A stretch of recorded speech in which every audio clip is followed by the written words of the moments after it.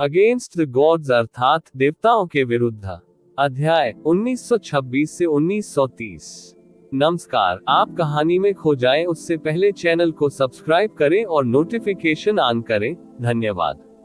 देवताओं के विरुद्ध अध्याय 1926 समाप्त। जब अंततः आक्रमण शुरू हुआ तो पूर्वी दिव्य क्षेत्र का पूरा उत्तरी भाग अराजकता और खून से लथपथ हो गया। जिया क्विंग्यू एक बार फिर मून जेल में लौट आई, लेकिन यह आखिरी बार होगा जब वह शुई मेइन से मिली। सिस्टर किंग्यू। शुई मेइन कांपती आंखों के साथ उसके पास चली गई। उससे पहले से ही कुछ महसूस हुआ होगा। जिया क्विंग्यू ने वर्ल्ड पियर्सर और वर्ल्ड डिफाइंग हेवन मैनुअल के साथ उत्कीर्ण स्लैब दोनों को अस्तित्व में बुलाया। फिर उसने उन्हें धीरे से शुई मेइन के हाथों में धकेल दिया। अब से आप वर्ल्ड पियर्सर के नए और एकमात्र मास्टर हैं। कृपया उसे विश्व विरोधी स्वर्ग मैनुअल का यह अधूरा अंश भी दे दे। शुई मेइन ने पूछने से पहले आज्ञाकारी ढंग से उनका स्वागत किया। क्या बिग ब्रदर यू आ रहे हैं? जिया क्विंग्यू ने उत्तर दिया, उत्तर में हो रहा युद्ध बहुत बड़ा लगता है, लेकिन ये बहुत लंबे समय तक चला है। ये स्पष्ट रूप से उनकी मूल शक्ति का पता लगाए बिना दक्षिण में प्रवेश करने के लिए एक व्याकुलता है। आप ऑडियो बुक्स 108 देख रहे हैं। धोखेबाजों से सावधान रहें। उनकी शक्तियों ने गहरे गहन अभ्यासकर्ताओं को बदल दिया है ताकि वे अब हर पल गहरे गहन ऊर्जा का रिसाव न करें, लेकिन पूर्वी दिव्य क्षेत्र के गहन अभ्यासियों को अभी भी इसके बारे में कुछ भी नहीं पता है। उत्तरी दैवीय क्षेत्र को पूर्वी दैवीय क्षेत्र को एक गंभीर झटका देने के लिए खुफिया जानकारी में इस अंतर की आवश्यकता है। वह क्षण बहुत निकट है, इसलिए तुम्हें अब चले जाना चाहिए। समझा? हालांकि शुई मेइन ने तुरंत टेलीपोर्ट नहीं किया।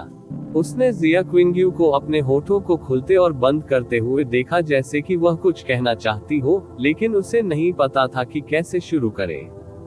जिया क्विंग्यू ने मुस्कुराते हुए अपना सिर हिलाया। मेरा मन बदलने की कोशिश मत करो।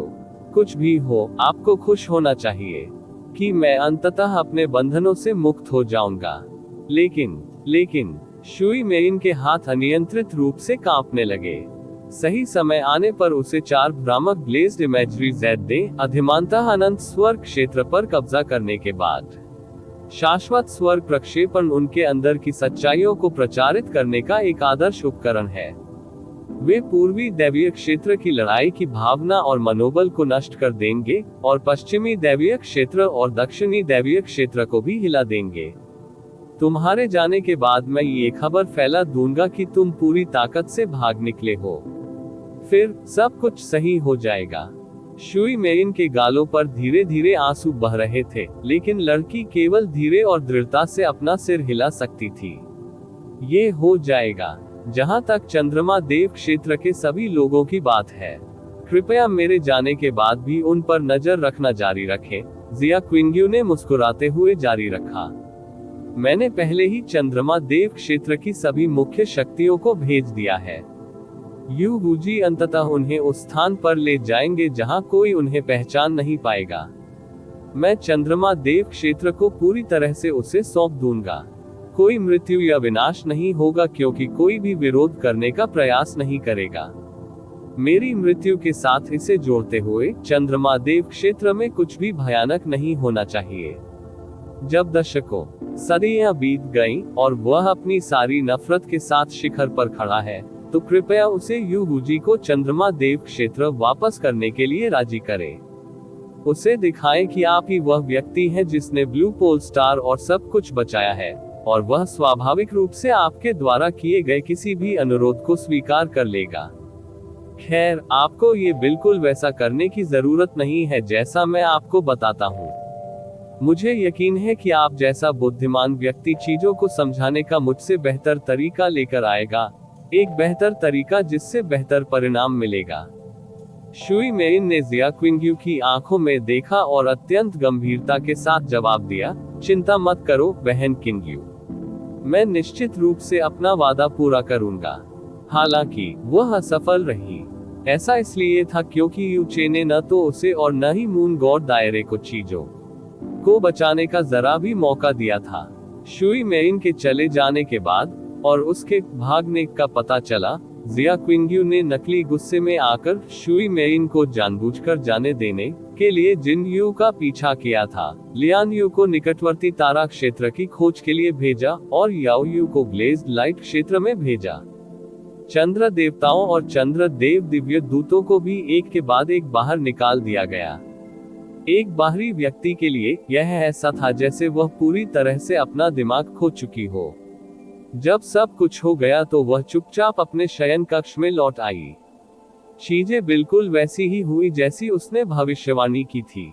अंधेरे गहन अभ्यासकर्ता जो बिना ध्यान दिए ईट्रन डिवाइन रीजन के दक्षिण की ओर खिसक गए थे, उन्होंने जल्द ही अपने नुकीले दांतों को उजागर किया और अनगिनत अनसुने सितारा क्षेत्रों पर घात लगाकर हमला किया। जहां तक शाश्वत स्वर्ग देव क्षेत्र का सवाल है, झो जुजी द्वारा पूर्वी दिव्य क्षेत्र के उत्तर की ओर एकत्रित प्रतिरोध बल को टेलीपोर्ट करने के ठीक बाद महान आयामी संरचना नष्ट हो गई थी और एक भयानक आकृति ने अपनी भयानक छाया उसकी मिट्टी पर डाल दी थी। ये शैतानी विपत्ति की वास्तविक शुरुआत को चिन्हित करता है। संपूर्ण पूर्वी दिव्य क्षेत्र भारी अराजकता में फंस गया। इस बीच यू वुजी जिया क्विंग्यू के शयन कक्ष की ओर जा रहा था। बाहर पूरी तरह से अराजकता थी, लेकिन किसी कारण से चंद्रमा देवता सम्राट कुछ भी नहीं कर रहे थे। अपने देव सम्राट को सलाम करने के लिए भी उत्सुक, यू वुजी ने दरवाजे में प्रवेश करते ही कहा, भगवान सम्राट, अनंत स्वर्ग क्षेत्र सहित अनगिनत पूर्वी दिव्य क्षेत्र सितारा क्षेत्र अभी शैतानों द्वारा तबाह किए जा रहे हैं। हमें सभी चंद्रमा देवताओं और चंद्रमा भगवान के दिव्य दूतों को अपने पास वापस बुलाने और अभी उनके बचाव के लिए जाने की जरूरत है। भले ही हम अनंत स्वर्ग क्षेत्र को नहीं बचा रहे हैं, फिर भी हमें अपने क्षेत्र की रक्षा के लिए हर किसी की आवश्यकता है। शैतान लोगों ने स्पष्ट रूप से लंबे समय से इसकी साजिश रची है और उनकी शक्ति हर अपेक्षा से अधिक है। वे किसी भी क्षण हम पर आक्रमण कर सकते हैं।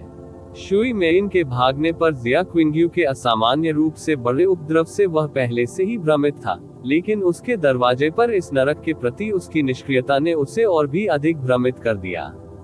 वह इस समय बिल्कुल चिंता से भरा हुआ था। वूजी गोल्डन मून भगवान की घबराहट के बिल्कुल विपरीत, जिया क्विंग्यू की आवाज ठंडे चांद की तरह शांत और अकेली रही। मेरे पास तुम्हें देने के लिए कुछ है। उद्धरण चिन्ह ... प्रश्नवाचक चिन्ह उद्धरण चिन्ह। यू वुजी पूछने ही वाले थे कि यह क्या था, तभी अनंत पवित्रता की चांदनी ने उनकी आंखों की पुतलियों को छुआ और उन्हें चौंका कर चुप करा दिया। ऐसा इसलिए था क्योंकि जिया क्विंग्यू के पास विरासत की कलाकृतियां और मून गॉड दायरे का दिल, इंपीरियल मून ग्लेज्ड पल था। यू वुजी, जिया क्विंग्यू ने धीरे से कहा, अब से आप चंद्रमा देव क्षेत्र के नए देव सम्राट हैं। उद्धरण चिन्ह ... उद्धरण चिन्ह। यू वुजी के घुटने स्पष्ट रूप से झुक गए। घुटनों के बल गिरने से उसकी एक कमजोरी दूर हो गई थी। अभी भी पूरी तरह से सदमे में, उसने एक कदम पीछे लिया और बोला, भगवान सम्राट, क्या आप क्या कह रहे हैं? यह कोई मजाक नहीं है। जिया क्विंग्यू ने अपनी उंगलियों पर एक आत्मा की छाप इकट्ठा करते हुए इंपीरियल मून ग्लेज्ड पल को यू वुजी की ओर धकेल दिया। फिर उसने उसके माथे में गोली मार दी। आत्मा की छाप में दूर के निचले क्षेत्र के स्थान और जानकारी शामिल थी। इंपीरियल मून ग्लेज्ड पल प्राप्त करने के बाद आप तुरंत चंद्र देवताओं और दिव्य दूतों को एक ध्वनि प्रसारण भेजेंगे और उन्हें इस स्थान पर मार्गदर्शन करेंगे। आप सबसे तेज और सबसे गुप्त तरीके से यात्रा करेंगे। किसी को भी अंतरिक्ष में प्रवेश करने के बाद एक कदम भी बाहर नहीं उठाना है। चिंता मत करो, जब समय सही होगा कोई आपसे मिलेगा और आपको बाहरी दुनिया में वापस ले जाएगा। इस बिंदु पर जिया क्विंग्यू का अर्थ बिल्कुल स्पष्ट हो गया। अपने ईश्वर सम्राट के निर्णय को स्वीकार करने में असमर्थ, यू वुजी ने अपना सिर हिलाया और स्पष्टीकरण मांगा, मुझे ये कहने के लिए क्षमा करें, लेकिन क्या आप हमें अपना क्षेत्र छोड़ने के लिए कह रहे हैं? ये बिल्कुल सही है। वह जो स्पष्टीकरण चाहता था, उसके स्थान पर उसे पुष्टि मिल गई। जिस क्षण से उन्होंने पूर्वी दिव्य क्षेत्र पर सफलतापूर्वक घात लगाकर हमला किया है, उसके बाद से उत्तरी दिव्य क्षेत्र को कोई रोक नहीं पाया है।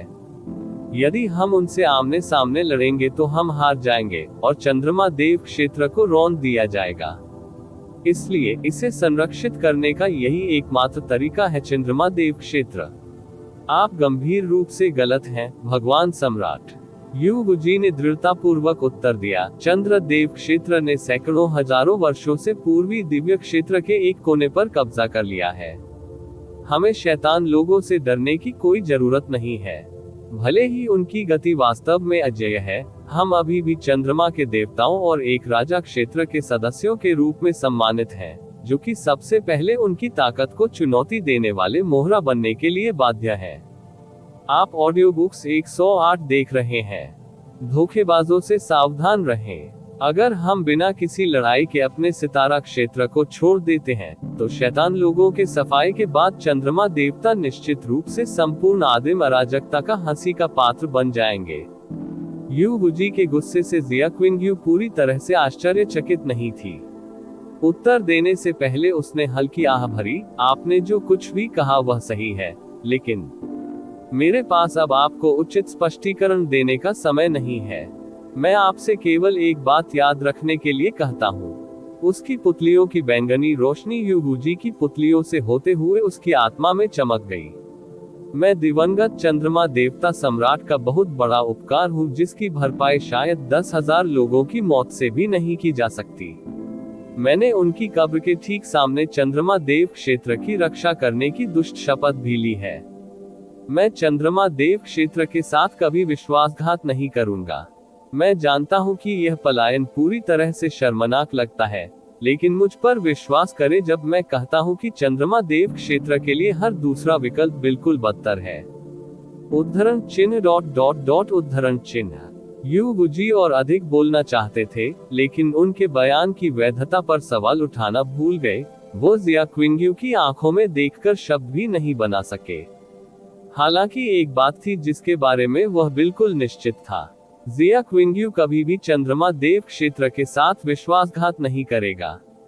ये काली आपदा आपकी कल्पना से कहीं अधिक क्रूर है। अब भी पूर्वी दिव्य क्षेत्र के राजा क्षेत्रों के भाग्य की भविष्यवाणी करना पहले से ही असंभव हो गया है। मुझे यकीन है कि निकट भविष्य में आप मेरा मतलब समझ जाएंगे, लेकिन अभी के लिए उसने उसे देव सम्राट के अधिकार और गहरी विनती दोनों के साथ देखा। आपने अभी तक इंपीरियल मून ग्लेज्ड पल को स्वीकार नहीं किया है, इसलिए मैं अभी भी आपका ईश्वर सम्राट हूँ। मेरे विषय के रूप में आपको मेरे आदेशों की अवज्ञा नहीं करनी है।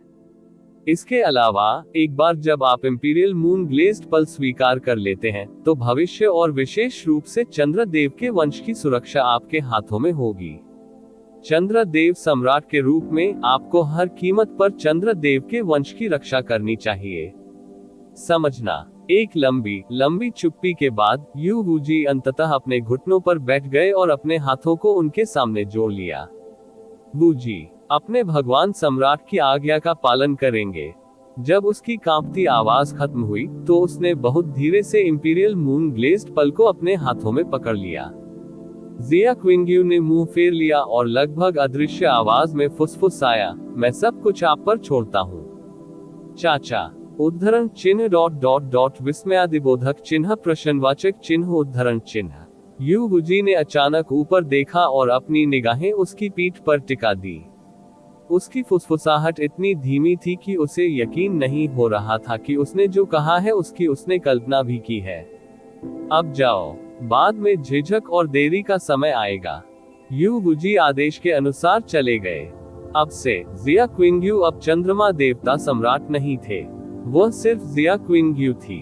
उसने अपना शयन कक्ष छोड़ दिया, दिव्य चंद्रमा शहर के ऊपर तैरने लगी और चुपचाप नरसंहार किए गए शाश्वत स्वर्ग क्षेत्र के लाइव प्रक्षेपण को देखा। उसने देखा कि उसका नीला आसमान लाल रंग में रंगा जा रहा है, उसकी मिट्टी ढेरों और शवों के ढेर के नीचे दब रही है। शाश्वत स्वर्ग के महान पूर्वज को अपने दायरे की रक्षा के लिए खुद को दिखाने के लिए मजबूर किया जा रहा है, लेकिन अपमानजनक तरीके से मारा जा रहा है और भी बहुत कुछ। उसने अंत तक गवाही दी एक पूर्वी क्षेत्र के राजा क्षेत्र का। डिवाइन मून सिटी आज रात असामान्य रूप से शांत थी।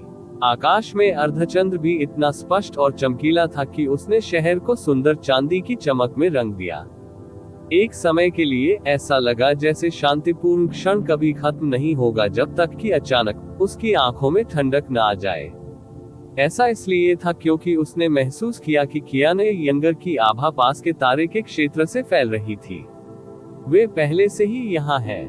मेरे प्रति उसकी नफरत इतनी तीव्र है कि वह एक क्षण भी इंतजार नहीं कर सकता। अब चांदनी ने उसके शरीर को ढांक लिया और वह बैंगनी वस्त्र जो उसे चंद्रमा का देवता सम्राट बनाता था, गिर गया। तुरंत बाद उनकी जगह लाल पोशाक ने ले ली। उस क्षण चंद्रमा स्वयं उसकी सुंदरता की एक फीकी नकल जैसा महसूस हुआ। मैं अपनी शुरुआत नहीं चुन सकता, लेकिन कम से कम मैं ये चुन सकता हूँ कि मेरी कहानी का अंत कैसे होगा। उसने अपनी हथेली खोली और बैंगनी तोरण दिव्य तलवार गहरे बैंगनी रंग में चमक उठी। उसने अपना हाथ उठाया, लेकिन उसकी नजर अपनी तलवार पर नहीं, बल्कि उसकी पतली बांह पर लिपटी लाल आस्तीन पर पड़ी। एक पल के लिए उसकी लाल आस्तीनें उसकी बैंगनी आंखों में झलक गई। सपनों के बाद उसे एहसास हुआ कि लाल उसके जीवन का पहला रंग था। एक वस्तु धीरे धीरे उसकी आस्तीन से नीचे फिसल गई, लेकिन उसने तुरंत उसे अपनी आभा से पकड़ लिया और अपने हाथ में ले लिया। यह एक विवाह अनुबंध था, वही जिसे उसने उसकी आंखों के सामने नष्ट कर दिया था। शादी का अनुबंध उसके हाथ पर खुल गया। नीली हवा में तैरते बादल, जियो चेक्विंग्यू, वही लिखावट थी, वही नामों का जोड़ा।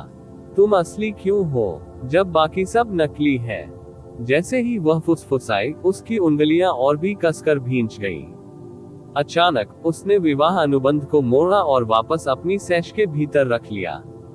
उसकी आंखें ठंडी हो गईं और उसके शरीर से एक महान शक्ति उमड़ पड़ी। फिर वह तारे के दायरे की ओर उड़ गई, जहां कियाने यंगर की आभा तब तक उभर रही थी जब तक कि उसकी आकृति पूरी तरह से सिकुड़कर शून्य में नहीं बदल गई। उसने यूचे को देखा और कियाने यंग को मारने के लिए अपनी जीवन शक्ति जलाने के लिए तैयार हो गई। तथापि गड़गड़ाहट उस पल में यूचे ने अपनी सभी इंद्रियों को बंद कर दिया। एक बार चंद्रमा देव क्षेत्र के ब्रह्मांडीय धूल में ढहने के दृश्य ने उसे पागलपन की हद तक हंसा दिया था। आज उसे देखने सुनने की भी हिम्मत न हुई। क्या भाग्य सच में कठोर है। उसकी भावहीन फुसफुसाहट और रंगहीन चेहरे की स्मृति उसके आत्मा समुद्र में गूंज उठी। जिया क्विंग्यू की रिकॉलेक्शन ऑफ नथिंगनेस में जो कुछ भी उसने देखा था, उसके बाद यूनचे ने ये कल्पना करने की भी हिम्मत नहीं की कि उसे कैसा महसूस हुआ होगा जब चंद्रमा भगवान के दायरे की उसने रक्षा करने की कसम खाई थी, जो उसकी आंखों के ठीक सामने ढह गया था। शून्यता का स्मरण अंततः समाप्त हो गया। उसके बाद जो कुछ भी हुआ वह उन दोनों द्वारा साझा की गई एक स्मृति थी। उन्हें दोबारा अनुभव करना एक तरह की यातना थी जिसका वर्णन यूचे द्वारा नहीं किया जा सकता था। वास्तविक दुनिया में उसका शरीर कांप रहा था, उसके दांत किटकिटा रहे थे और उसका चेहरा आंसुओं से लथपथ था। चाहे वह कितनी भी बार अपने दांत भींचे, आंसू बहना बंद नहीं करते थे। क्या आपको सब कुछ सीखने पर पछतावा होता है? इससे पहले कि वह कुछ समझ पाता, उसकी चेतना वास्तविक दुनिया में लौट आई थी, लेकिन क्षणिक आवाज अभी भी उसके दिमाग में स्पष्ट रूप से गूंज रही थी। देवताओं के विरुद्ध अध्याय 1927 उत्पत्ति। यूचे ने उत्तर नहीं दिया। वह नहीं कर सका। तुम्हारे पास अभी भी एक मौका है। मैं तुम्हारे लिए इन सभी दर्दनाक यादों को मिटा सकती हूँ। वह धीरे धीरे आगे बढ़ती रही। आप ये सब भूल जाना चुन सकते हैं, या उसके प्रति केवल अपनी नफरत और उदासीनता बरकरार रख सकते हैं। जिया क्विंग्यू भी यही चाहता है। उद्धरण चिन्ह उद्धरण चिन्ह। उसे जो एकमात्र उत्तर मिला वह उसके शरीर की पीड़ादायक मरोड़ और उसके कपड़ों और जमीन पर टपकते उसके अंतहीन आंसुओं की आवाज थी। ये दुखदायक है, मेरा दिल, मेरी आत्मा, मेरी मान्यताएं। ऐसा महसूस होता है जैसे कोई चीज उन सभी को छोटे छोटे टुकड़ों में काट रही है। दर्द खत्म नहीं होगा। आसमान से बहुत ऊपर 4 महिलाएं अपने चेहरे पर दुखी, भारी या जटिल भाव लिए चुपचाप उसे देख रही थी।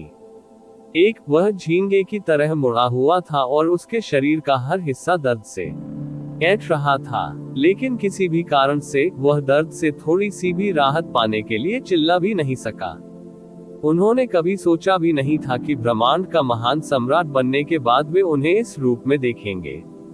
युन चे यहाँ पहले से ही 2 सप्ताह से अधिक समय से बैठा हुआ था, लेकिन एक भी क्षण ऐसा नहीं था जब वह दर्द से छटपटा न रहा हो। उन्हें नहीं पता था कि युन चे किस दौर से गुजर रही थी। वे केवल उसे चुपचाप देख सकते थे और इस तरह उसका साथ दे सकते थे। जिया किंगयुए ची बुयाओ ने देखने से पहले एक हल्की सियाह भरी काश। उसकी योजनाएं काफी हद तक सही थी। वास्तव में जिस चीज ने ये सब उजागर किया वह उसकी योजना की खामियां या भाग्य का मोड़ नहीं था, बल्कि युन चे ने जिस गहरे जुनून का दिखावा किया था वह तब तक अस्तित्व में नहीं था जब तक कि उसे अंततः कुछ ऐसा नहीं मिल गया जो इसे मान्य कर सके। वह जिया क्विंगयू के बारे में कभी नहीं भूला। उसे हमेशा आशा थी कि यह सब नकली था। आखिरकार जब अवसर आया तो उन्होंने इसे सच साबित करने के लिए अपनी शक्ति से सब कुछ किया।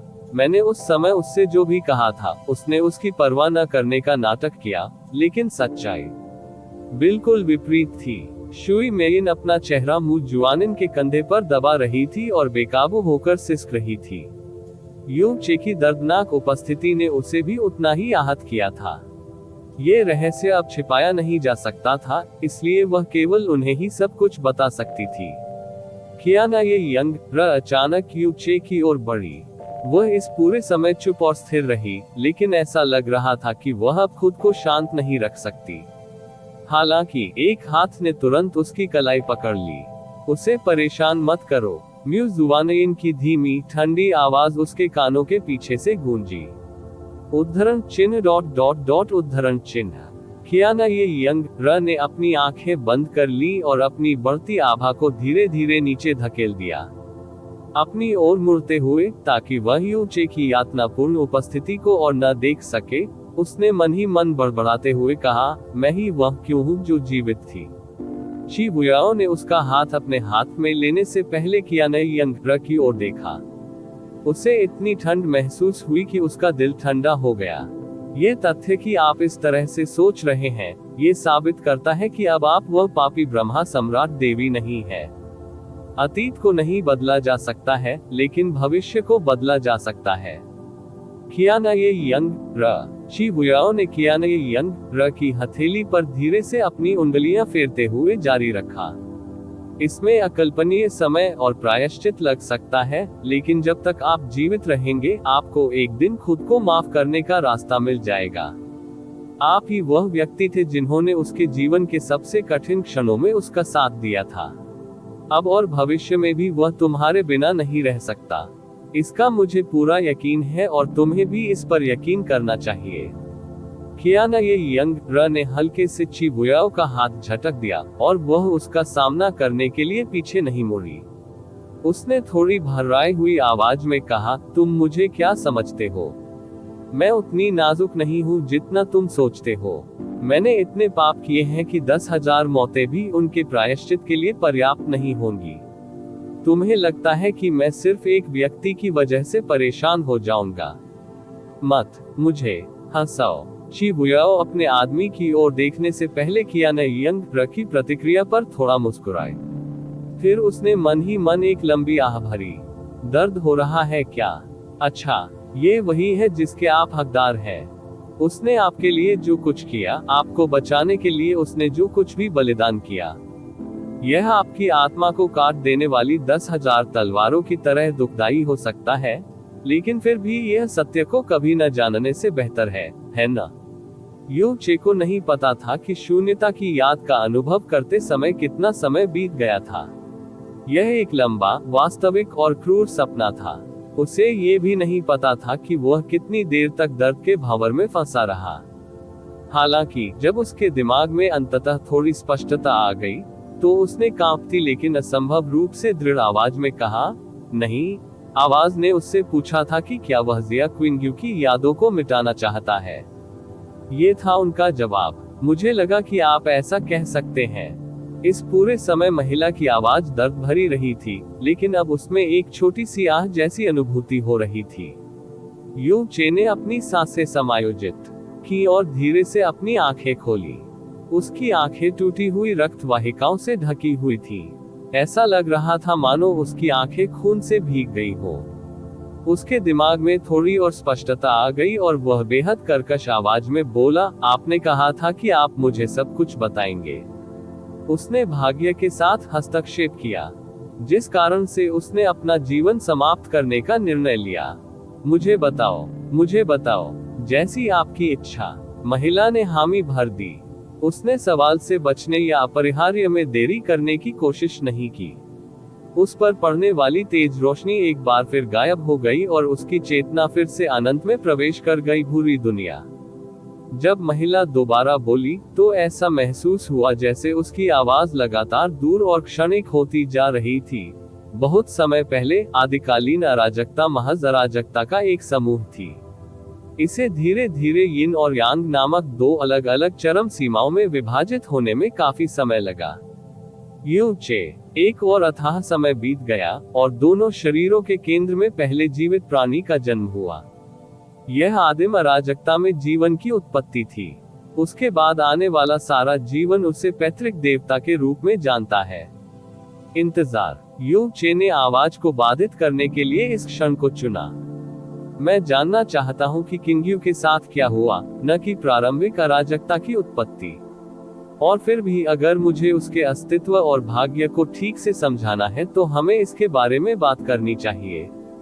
उद्धरण चिन्ह उद्धरण चिन्ह। जवाब ने यूचे को आश्चर्यचकित कर दिया और उसके बमुश्किल संगठित दिमाग को एक बार फिर से अस्त व्यस्त कर दिया। किंग्यू की किस्मत है प्रारंभिक अराजकता की उत्पत्ति से जुड़ा हुआ।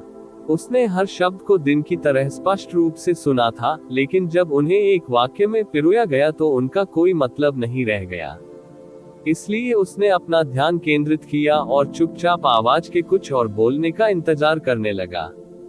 जैसे जैसे समय बीतता गया, वह जिसे बाद में पैतृक देवता के रूप में जाना जाता था, अधिक से अधिक आत्म जागरूक और बुद्धिमान हो गई। वह थी जिसने भाषा, गहन ऊर्जा, गहन कला और बहुत कुछ बनाया। हालांकि उसकी चेतना जितनी अधिक संपूर्ण होती गई, वह उतनी ही अधिक अकेलेपन से भर जाती गई। उसका पालन पोषण आदिम अराजकता से हुआ था। उसकी शक्ति और उसका जीवन दोनों ही आदिम अराजकता के दो चरम निकायों से बंधे थे।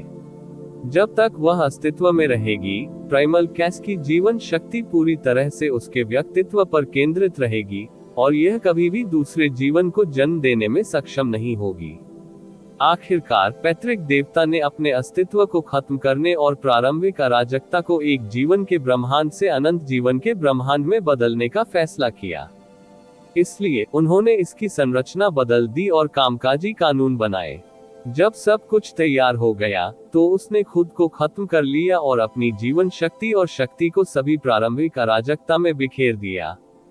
इससे पहले कि वह पूरी तरह से खत्म हो जाए, उसने अपनी यादों और शक्ति के हिस्से को 8 विशेष जीवन टुकड़ों में उकेरा। और इसलिए प्रारंभिक अराजकता ने एक बिल्कुल नए युग का स्वागत किया और पूरे ब्रह्मांड में अनगिनत जिंदगियों का जन्म हुआ।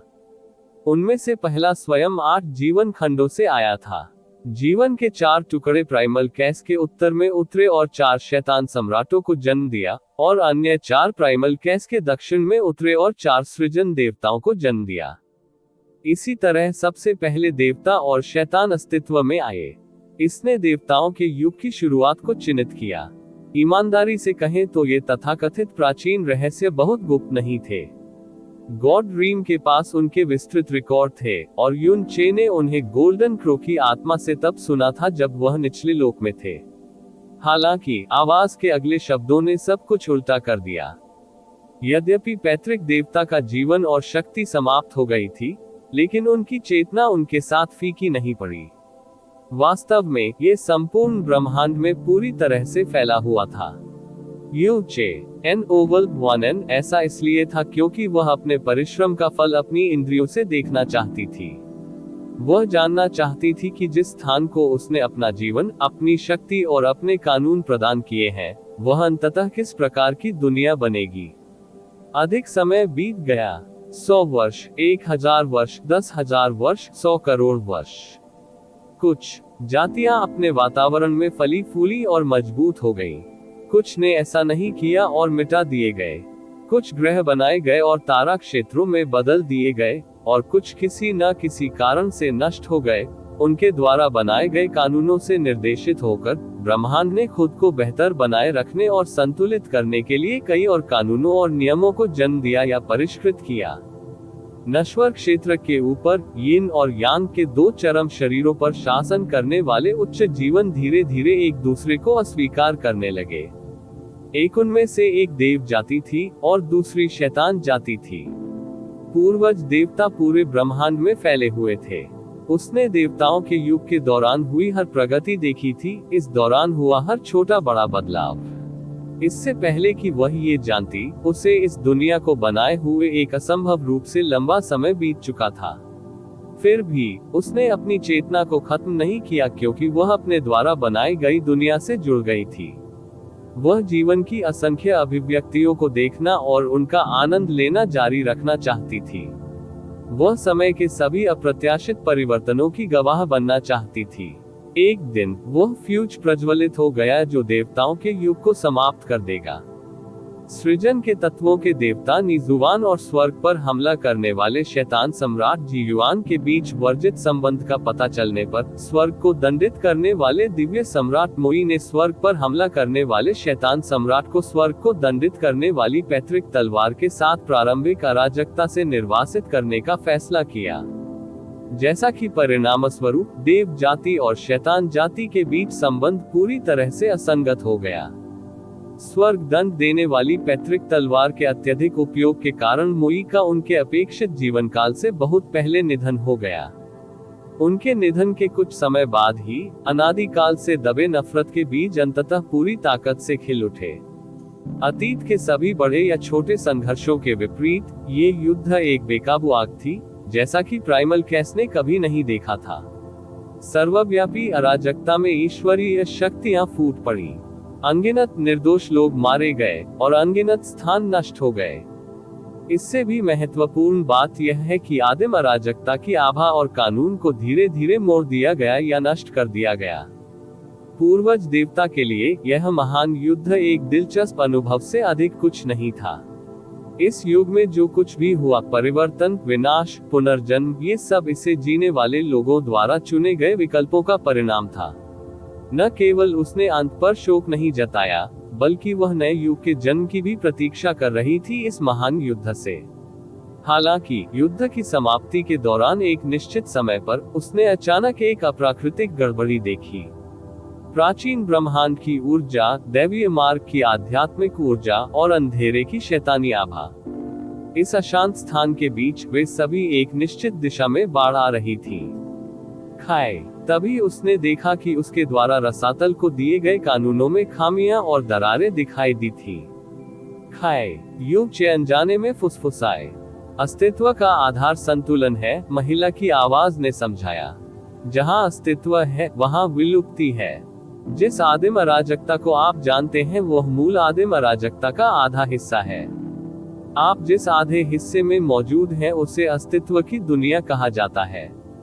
दूसरे आधे हिस्से को आप नहीं जानते, उसे विलुप्त होने की दुनिया कहा जाता है। पैतृक भगवान ने इसका नाम रखा रसातल। 1 अब 4 दर्शक हैं आए। अध्याय 1928 पूर्वज भगवान का पुनर्जन्म।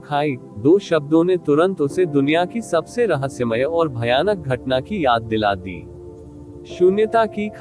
जैसे कि युनचे के विचारों को महसूस करते हुए आवाज ने उत्तर दिया, ये वही है जिसे आज आमतौर पर शून्यता के रसातल के रूप में जाना जाता है। आप ऑडियो बुक्स 108 देख रहे हैं। धोखेबाजों से सावधान रहें। युनचे ने बुदबुदाते हुए कहा, शून्यता की एक दिन सब कुछ शून्य में लौटा देगी, और जो शक्ति यह करती है वह विलुप्त होने की ऊर्जा है। आप कमोबेश सही हैं, उसने उत्तर दिया। शुरुआत में अस्तित्व की ऊर्जा और विलुप्त होने की ऊर्जा दोनों एक ही ब्रह्मांड में मौजूद थी।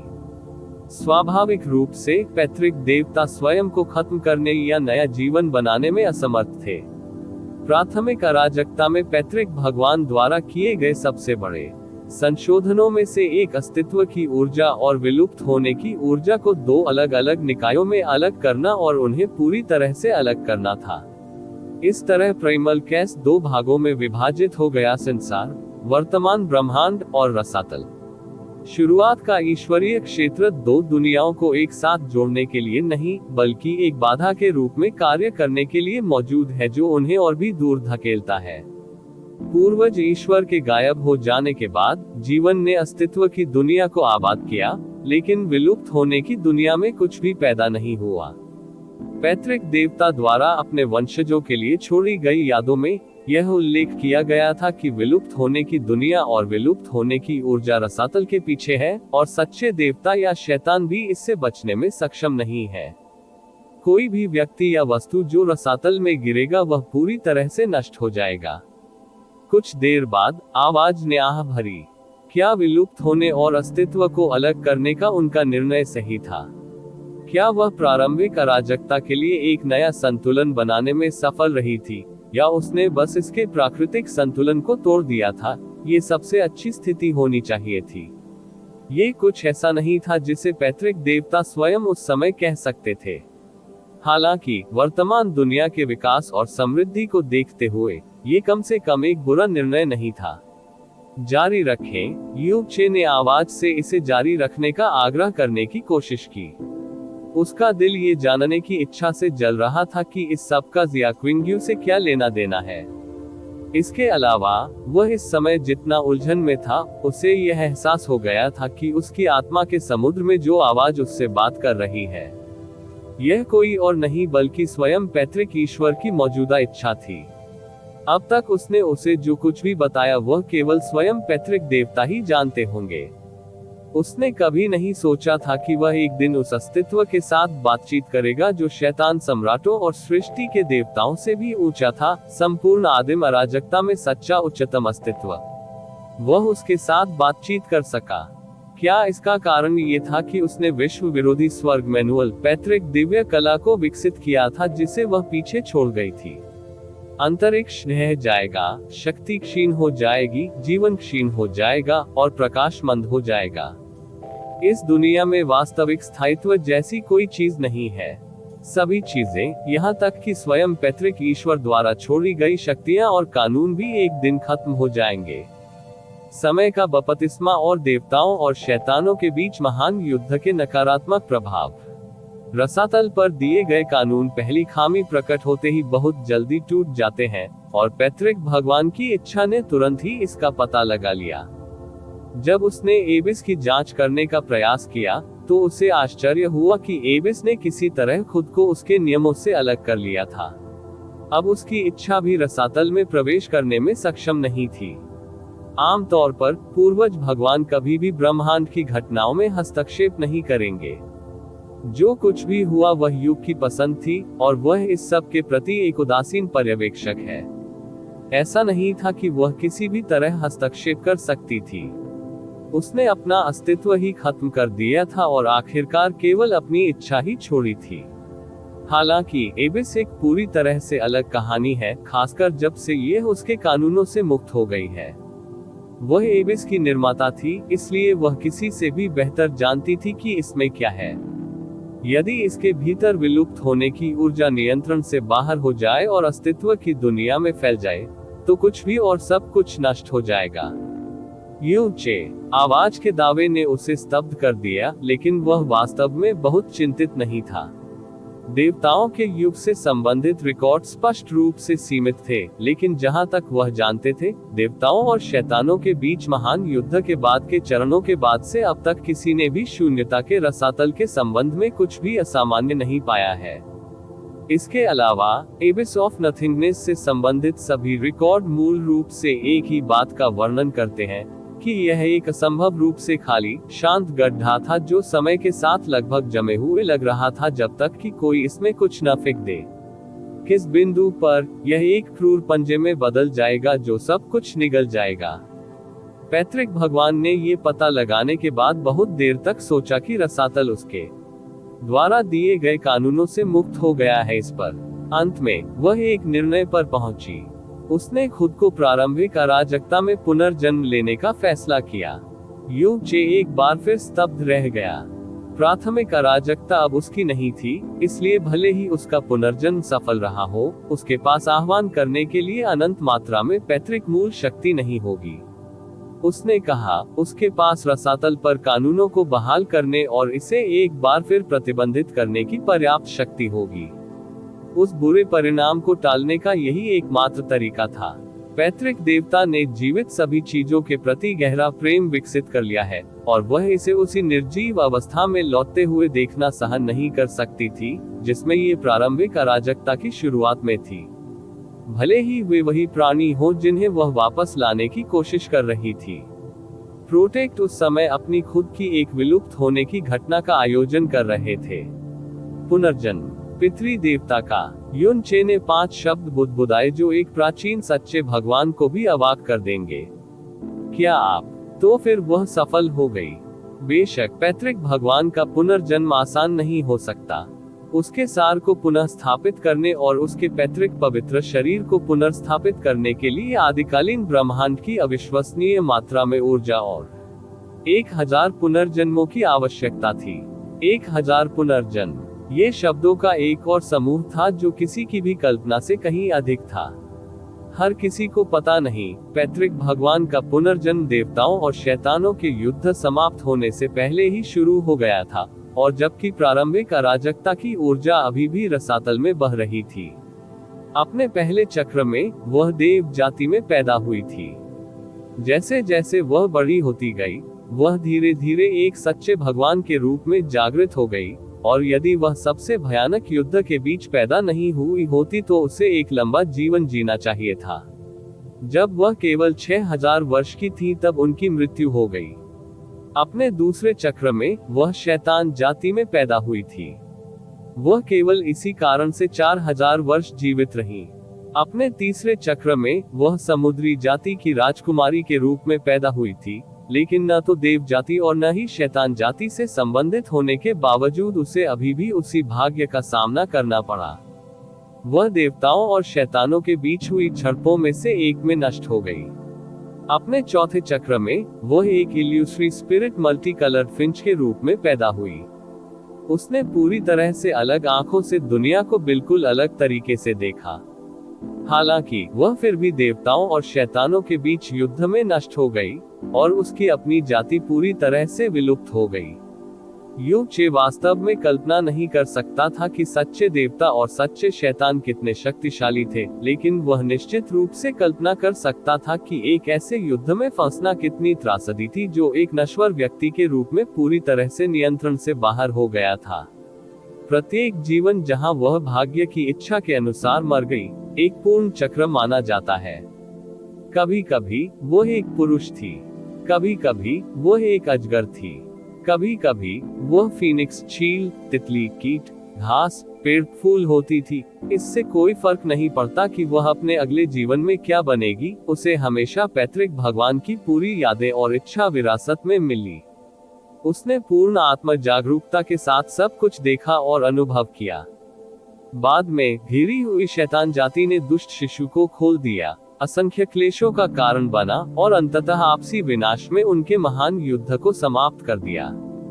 जब इस ब्रह्मांड में कोई देवता या शैतान नहीं थे, तो जो प्राणी जीवित बचे थे उन्होंने अपनी विरासत की तलाश में अपने लोकों की यात्रा की और एक नए ईश्वर विहीन युग की शुरुआत की। यही वह युग है जिसे आप आज जानते हैं। इस बीच पैतृक देवता अभी भी पुनर्जन्म के अपने 1000 चक्र जारी रखे हुए थे। इस बिंदु पर प्रारंभिक अराजकता की ऊर्जाएं अभी भी रसातल में बह रही थीं, लेकिन जिस गति से वे बह रही थी वह भी धीमी और धीमी गति से बढ़ रही थी। ऐसा लग रहा था जैसे ये पूरी तरह रुकने से पहले की ही बात है। इस ईश्वर विहीन युग में पीढ़ियां बहुत तेजी से आती हैं और चली जाती हैं, और 10 लाख वर्षों की छोटी सी अवधि में अनगिनत घटनाएं घटी। जीवित प्राणी का औसत जीवन काल भी काफी कम हो गया है, हालांकि यह एक था पितृदेव को महान वरदान। इसका मतलब ये था कि वह अपना चक्र उससे कहीं अधिक तेजी से पूरा करेगी जितना उसने शुरू में अनुमान लगाया था। 10 चक्र, 100 चक्र, 600 चक्र, 900 चक्र, आखिरकार उसने अपना 999वां चक्र पूरा कर लिया। और उसे इस तक पहुंचने में उसके अनुमानित समय का 10% से भी कम समय लगा। उसे इस दुनिया में पुनर्जन्म लेने में जितना कम समय लगेगा, उसके तैयार होने से पहले एबिस के नियंत्रण से बाहर होने की संभावना उतनी ही कम होगी।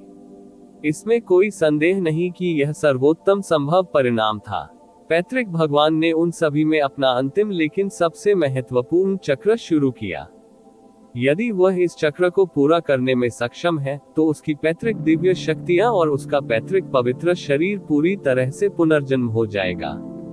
इसके अलावा उसने इस दुनिया में पुनर्जन्म लेने के लिए वर्तमान ब्रह्मांड की आभा का थोड़ा सा हिस्सा उधार लिया है, जिसका अर्थ है कि उसका नया स्व उस पैतृक भगवान की तरह कुछ भी नहीं होगा जो वह हुआ करती थी।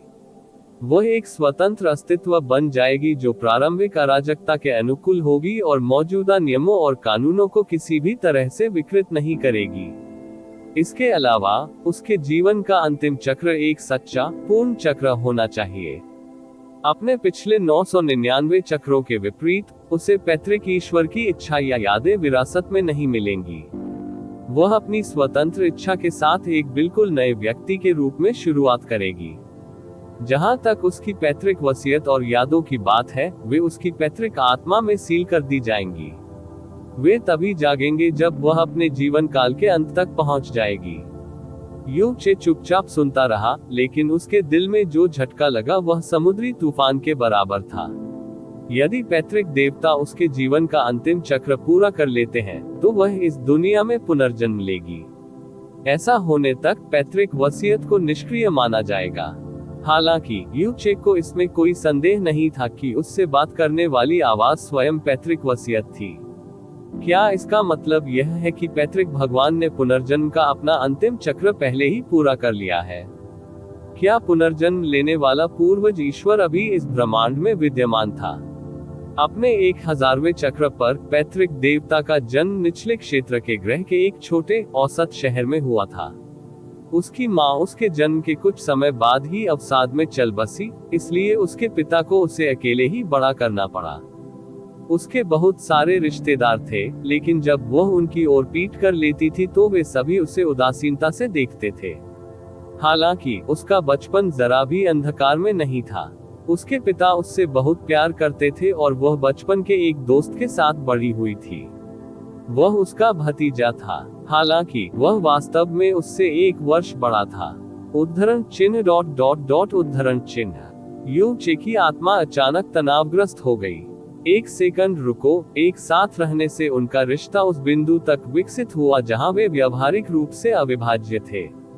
हालांकि जब वे खेती की उम्र के करीब पहुंचे तो पता चला कि उनके भतीजे की गहरी नसें टूट गई थी। वह एक अपंग बन गया जिस पर हर कोई दया करता था या उसे तुच्छ समझता था। उद्धरण चिन्ह विस्मयादिबोधक चिन्ह विस्मयादिबोधक चिन्ह विस्मयादिबोधक चिन्ह उद्धरण चिन्ह। इस बार यू चे की आत्मा का हर तार पत्ते की तरह कांप रहा था। जब वे छोटे थे तो उनका भतीजा उन्हें छोटी सी भी शिकायत नहीं होने देता था। अगर किसी ने उसके शरीर का एक बाल भी छूने की हिम्मत की तो वह अपनी कमजोर भुजाएं फैलाएगा और अपनी आंखों में मौत के साथ उनसे लड़ेगा। उस समय उसके पास पूरी दुनिया में सबसे चमकदार आंखें थी। आवाज का स्वर बिना जाने ही नर्म हो गया। हालांकि जब उसे पता चला कि वह अपंग है तो उसकी आंखें कभी भी पहले जैसी नहीं रहीं। यही कारण था कि उसने खेती करना शुरू कर दिया, भले ही उसकी उम्र अभी ठीक नहीं थी। जब वह छोटी थी तो उसने उसकी रक्षा की थी, इसलिए जीवन भर उसकी रक्षा करने की बारी उसकी थी। यही उसने खुद से कसम खाई थी। सामान्य तौर पर वह भी उससे इस हद तक जुड़ गई थी कि वह चिंतित हो जाती थी और जब वह थोड़ी देर के लिए भी उसकी नजरों से दूर हो जाता था तो वह उसे खोजने लगती थी। गहरा प्यार ही एकमात्र कारण नहीं था जिसकी वजह से वह उसकी रक्षा करना चाहती थी। वह उस पर इतनी निर्भर हो गई थी कि वह उसके बिना जीने की कल्पना भी नहीं कर सकती थी। समय बीत गया और वे किशोरावस्था में पहुंच गए। हालांकि वे हमेशा की तरह अविभाज्य बने रहे। वह 16 वर्ष का था और वह उस वर्ष 15 वर्ष की थी। यह उसकी शादी का दिन था। रुको, युन चे अब और शांत नहीं रह सका। उसकी आत्मा कांप रही थी और उसका मन ऐसा भ्रमित महसूस कर रहा था जैसे वह खो गया हो। पैतृक भगवान का अंतिम चक्र वह है। देवताओं के विरुद्ध अध्याय 1929 वास्तविक स्वप्न। इस जीवन में उसका नाम जियो लिंगजी है। जब से युनची को एहसास हुआ कि वह स्वयं पैतृक देवता से बात कर रहा था, वह उसके साथ पूरे ब्रह्मांड में सर्वोच्च प्राणी की तरह व्यवहार कर रहा था, जो कि वह थी। उसने उस आध्यात्मिक दबाव को छोड़ने की हिम्मत नहीं की थी जो वह स्वाभाविक रूप से दूसरों पर डालता था, नहीं उसने उसे कई बार बाधित करने की हिम्मत की थी। वह प्रारंभिक अराजकता का अद्वितीय महान सम्राट हो सकता है, लेकिन वह पैतृक देवता की तुलना में एक चींटी से भी छोटा था। दुनिया अस्तित्व में थी क्योंकि पैतृक ईश्वर ने इसे बनाया था। जीवन में वापस आने के लिए उसे हजारों पुनर्जन्मों से गुजरने का कारण प्रारंभिक अराजकता के लिए एक छिपे हुए खतरे को खत्म करना भी था। उसका अस्तित्व और उसका उद्देश्य दोनों ही उसके सबसे बड़े सम्मान के पात्र थे। आप ऑडियो बुक्स 108 देख रहे हैं। धोखेबाजों से सावधान रहें। हालांकि जब पैतृक देवता ने उसके जीवन के अंतिम चक्र के बारे में बात करना शुरू किया, तो उसके द्वारा बोले गए हर वाक्य ने डेजा वू की भावना पैदा कर दी थी। वह जितना अधिक बोलती थी, भावना उतनी ही मजबूत होती गई। आखिरकार जब जियो लिंगजी नाम उसकी आत्मा के समुद्र के अंदर स्पष्ट रूप से गूंजने लगा, जो शांति उसने अभी अभी जुटाई थी वह पूरी तरह से शून्य में बह गई। वह इतना स्तब्ध था कि उसकी भावनाओं की प्रतिक्रिया में उसकी आत्मा, समुद्री संसार अशांत हो गया। जियो लिंग शी, यह उनके जीवन का सबसे परिचित नाम था। लिंग शी, मेरी लिंग शी, वह पैतृक भगवान का पुनर्जन्म है। नहीं, वह पूर्वज भगवान। इतना बड़ा सदमा शायद उसे जिंदगी में दोबारा महसूस न हो। उसकी आत्मा का समुद्र ऊंची समुद्री लहरों और असंख्य विशाल भंवरों से बने तूफान में बदल गया था। उसे ऐसा महसूस हुआ जैसे उसकी चेतना इन भंवरों में से एक में गोल गोल घूमती रही जब तक कि उसने पूरी तरह से सोचने की क्षमता खो नहीं दी। वह जियो लिंगजी के साथ बड़ा हुआ था। ऐसा कोई नहीं था जो उसे उससे बेहतर जानता हो या उससे ज्यादा करीब हो। वह कमजोर होने की हद तक मधुर स्वभाव की थी, लेकिन ऐसा केवल उन मामलों के संबंध में था जिनमें वह शामिल नहीं था। अन्यथा वह कभी कभी सख्त, निर्भीक और यहाँ तक कि एकदम लापरवाह भी हो सकती है। कम से कम कोई भी उसे शक्तिशाली शब्द से नहीं जोड़ेगा। उनकी गहन प्रतिभा अत्यंत औसत दर्जे की थी। जब वे छोटे थे तो उसने उसकी रक्षा करने के लिए कड़ी मेहनत की, लेकिन उसकी गहरी नसें फिर से ठीक होने के बाद उसने जल्दी ही आगे बढ़ने की प्रेरणा खो दी, और वह एक ऐसे बिंदु पर पहुंच गया जहां उसे अब उसकी सुरक्षा की आवश्यकता नहीं थी। आखिरकार उसे खेती करने में कभी कोई दिलचस्पी नहीं थी। वह एक छोटे शहर की एक सामान्य लड़की बनना पसंद करेगी, जो सामान्य रूप से अपने पिता योंगन और योंगिंग की देखभाल करने के अलावा चुपचाप उनके अगले घर लौटने का इंतजार करती है। कई बार उसने खुद की तुलना यूचे की महिलाओं के हरम से की थी और माना था कि वह चाहती थी। हालांकि हकीकत में यूचे अपने बेतहाशा भ्रम को 1000 गुना बड़ा चढ़ाकर बता सकता था, और वह अब भी कभी कल्पना नहीं कर सकता था कि उसका बचपन का दोस्त जियो लिंगशी स्वयं पुनर्जन्म लेने वाला पूर्वज भगवान था। एक ईश्वर जिसने सृष्टि के देवताओं, शैतान सम्राटों और यहाँ तक कि प्रारंभिक अराजकता की भी रचना की। यही वह क्षण था जब एक असाधारण कोमल आत्मिक ऊर्जा उसके व्यक्तित्व के चारों ओर लिपटी हुई थी। इसने धीरे धीरे उसकी आत्मा के समुद्र को शांत कर दिया और उसके दिमाग में स्पष्टता लौटा दी। आवाज ने हल्के स्वर में कहा, "ये संभवतः आपके लिए निगलने में काफी कठिन आश्चर्य है। आप उसके बचपन के दोस्त थे और उसके साथ शादी के बाद अब उसके आधिकारिक पति हैं। उद्धरण चिन्ह ... उद्धरण चिन्ह। यूचे अभी भी एक सुसंगत वाक्य नहीं बना सका। जैसे ही उसका दिमाग एक बार फिर स्पष्ट हो गया, उसे जियो लिंगशी के आसपास की सभी अप्रत्याशित घटनाएं याद आने लगी। वह विश्व विरोधी स्वर्ग मैनुअल पढ़ सकती थी, एक पाठ जो स्वयं पैतृक ईश्वर द्वारा बनाई गई भाषा में लिखा गया था, पूर्ण शुरुआत का दिव्य पाठ। विश्व विरोधी स्वर्ग मैनुअल स्वयं पैतृक ईश्वर द्वारा छोड़ी गई पैतृक दिव्य कला थी। कारण ये था कि वह कभी भी उसके साथ अपने विवाह को संपन्न नहीं कर सका। क्या ऐसा इसलिए था क्योंकि उनके अस्तित्व का स्तर इतना दूर था कि एक मिलन असंभव था, या क्योंकि पैतृक भगवान ने कुछ प्रकार का प्रतिबंध लगाया था जो किसी को भी उसके दौरान उसे दूषित करने से रोकता था? अंतिम चक्र। जियो लिंगशी, पूर्वज देवता। युनचे पहले से ही अपना सर्वश्रेष्ठ प्रयास कर रहा था, लेकिन वह अभी भी सही नामों का पता नहीं लगा सका। अचानक उसने कुछ देखा और वह प्रश्न पूछा जो कुछ समय पहले उसके मन में पूरी तरह से बना हुआ था। आप पैतृक भगवान की पैतृक इच्छा हैं, है ना? ये सही है, द महिला की आवाज ने उत्तर दिया। आपने कहा था कि पैतृक ईश्वर के अंतिम पुनर्जन्म के दौरान पैतृक इच्छा और यादें निष्क्रिय हो जाएंगी। यूचे ने आगे बढ़ने से पहले अपनी आत्मा को शांत करने के लिए मजबूर किया। तो क्यों? क्या तुम अभी जाग रहे हो? लिंगजी अभी भी मौजूद है, इसलिए उसका चक्र अभी भी जारी है। क्या आपको अभी सो नहीं जाना चाहिए? तुम क्यों हो? उसके शब्द अचानक उसके गले में अटक गए। आत्मा की दुनिया के अंदर होने के बावजूद वह अपने दिल की तेज धड़कन को स्पष्ट रूप से सुन सकता था। उसे हल्का सा अंदाजा था कि आवाज आगे क्या कहने वाली है। ऐसा इसलिए है क्योंकि यह अंतिम चक्र पहले ही विफलता में समाप्त हो चुका है। यहाँ तक कि लगभग पूर्ण पैतृक पवित्र शरीर को भी बहुत हद तक नष्ट कर दिया गया है।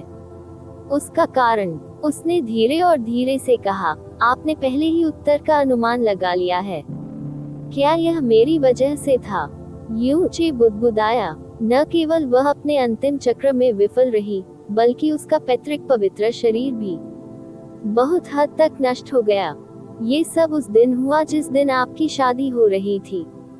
उस दिन उसने आपको सुबह जल्दी उठाया, आपको शादी के कपड़े पहनाए जो उसने खुद बोए थे, और आपको सुबह का दलिया पीते हुए देखा जो उसने खुद बनाया था। इससे पहले कि वह कुछ समझ पाता, जब महिला की आवाज इतनी धीमी और दूर हो गई कि वह उसे और नहीं सुन सका, तब उसके आत्मा समुद्र के अंदर एक नया दृश्य सामने आया था। छोटे चे, उठो, अब तुम्हें बिस्तर से उठना होगा। मम, अभी भी बहुत जल्दी है, बस मुझे थोड़ी देर और सोने दो। छोटे चे, उठो, आज वह दिन है जब आपकी मिस सीटू से शादी हो रही है, और इसका लगभग समय हो चुका है। जल्दी से। लिटिल चे, मैंने ये दलिया तुम्हारे लिए बनाया है। आपकी शारीरिक संरचना कमजोर है, और यह एक लंबी सुबह होने वाली है, इसलिए आपको सब कुछ खत्म कर देना चाहिए। ओह, मेरा काम हो गया। मुझे आश्चर्य है कि क्या मैं शादी के बाद भी आपका खाना खा सकता हूँ, छोटी चाची। ही है, यह मत भूलो कि गवर्नर की बेटी की शादी तुम्हारे परिवार में हो रही है, दूसरे तरीके से नहीं। अगर तुम चाहो तो मैं पहले की तरह हर दिन तुम्हारा खाना तैयार कर सकता हूँ। बिल्कुल नहीं। क्या मैंने कल तुमसे वादा नहीं किया था कि सितु जुबान से शादी करने के बाद भी मैं तुम्हारे बारे में कभी नहीं भूलूंगा। हम एक दूसरे के साथ उतना ही समय बिताएंगे जितना पहले बिताते थे, और जब भी आप मुझे बुलाएंगे मैं हमेशा वहाँ मौजूद रहूंगा। अच्छा बच्चा, फिर भी तुम सच में एक बड़ा लड़का बन गए हो, है ना लिटिल चे? बड़े भाई, मैं यहाँ हूँ। वाह, आपकी शादी के कपड़े बहुत प्रभावशाली हैं। तो क्या शादी करना कैसा लगता है? मुझे ऐसा क्यों लगता है कि आप बहुत उत्साहित नहीं हैं? ईमानदारी से कहूँ तो मैं उत्साहित नहीं हूँ। ये कुछ ऐसा था जो मेरे माता पिता ने मेरे जन्म से पहले ही तय कर लिया था, और मैं सितु जुबान से केवल कुछ ही बार मिला हूँ। मुझे ये भी याद नहीं है कि वह कैसी दिखती है। यही कारण है कि मुझे शादी की बिल्कुल भी परवाह नहीं है। दूसरी ओर, आप दिन के समय को देखते हुए असामान्य रूप से उत्साहित हैं। ये सिर्फ मेरी शादी के कारण नहीं है, क्या ऐसा है? हे, मेरे पास साझा करने के लिए कुछ अच्छी खबर है।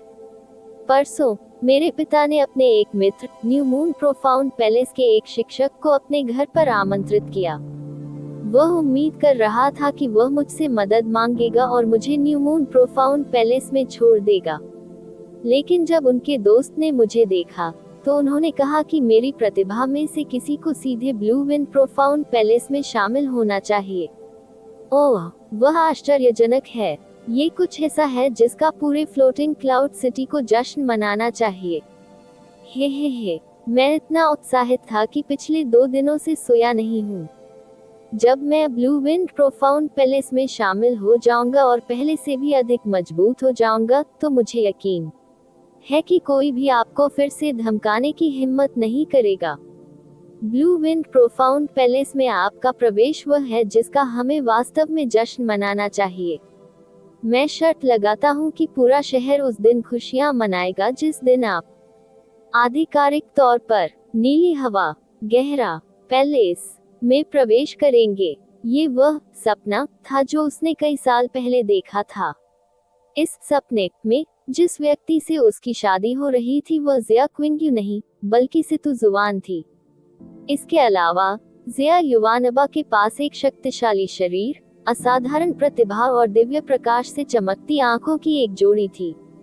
और क्यों ये तस्वीरें और आवाजें इतनी वास्तविक क्यों लगती हैं? NOVALBIN ये यादें। ओह, अचानक उसकी आत्मिक दुनिया जोर जोर से हिलने लगी। ऐसा लग रहा था मानो यह अपने आप ही ढह जाएगा।